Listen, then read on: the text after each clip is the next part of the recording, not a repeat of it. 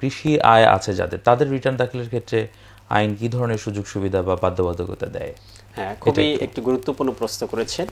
দেখেন, আমাদের ইনকাম শুধুমাত্র যে কৃষি থেকে থাকে এরকম নয়, যে একজন ব্যক্তি কৃষক হতে পারে, আবার যিনি কৃষক নয় তারও কিন্তু কৃষি ইনকাম থাকতে পারে। তাহলে দুইভাবে বিষয়টি কৃষি ইনকামের কোশ্চেনটা আসতে পারে।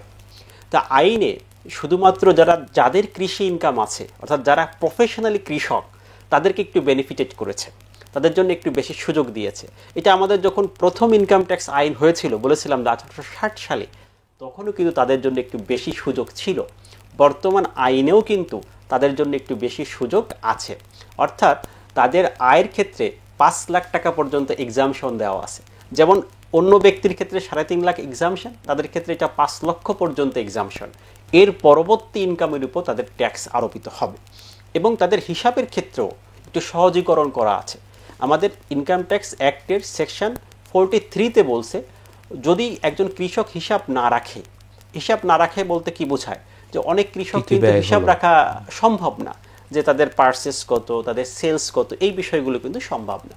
তখন তাদের ক্ষেত্রে কি হবে? আইন বলছে তাদের 40% প্রফিট দেখাবে, 60% খরচ দেখাবে। সহজ হয়ে গেল।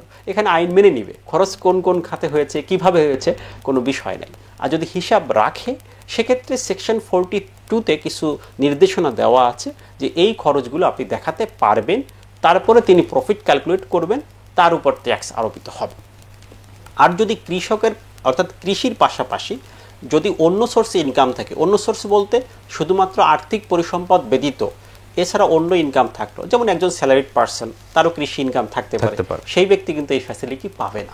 মানে নিরেট কৃষক যিনি, তিনি শুধুমাত্র সুযোগটা পাবেন, কারণ তার জন্য আইন সুযোগ দিবে। কিন্তু আমার অন্য বাড়ি ভাড়া আছে, তার পাশাপাশি কৃষি জমি থাকতে পারে, ইনকাম থাকতে পারে, আমাকে সেই সুযোগটা দিবে না।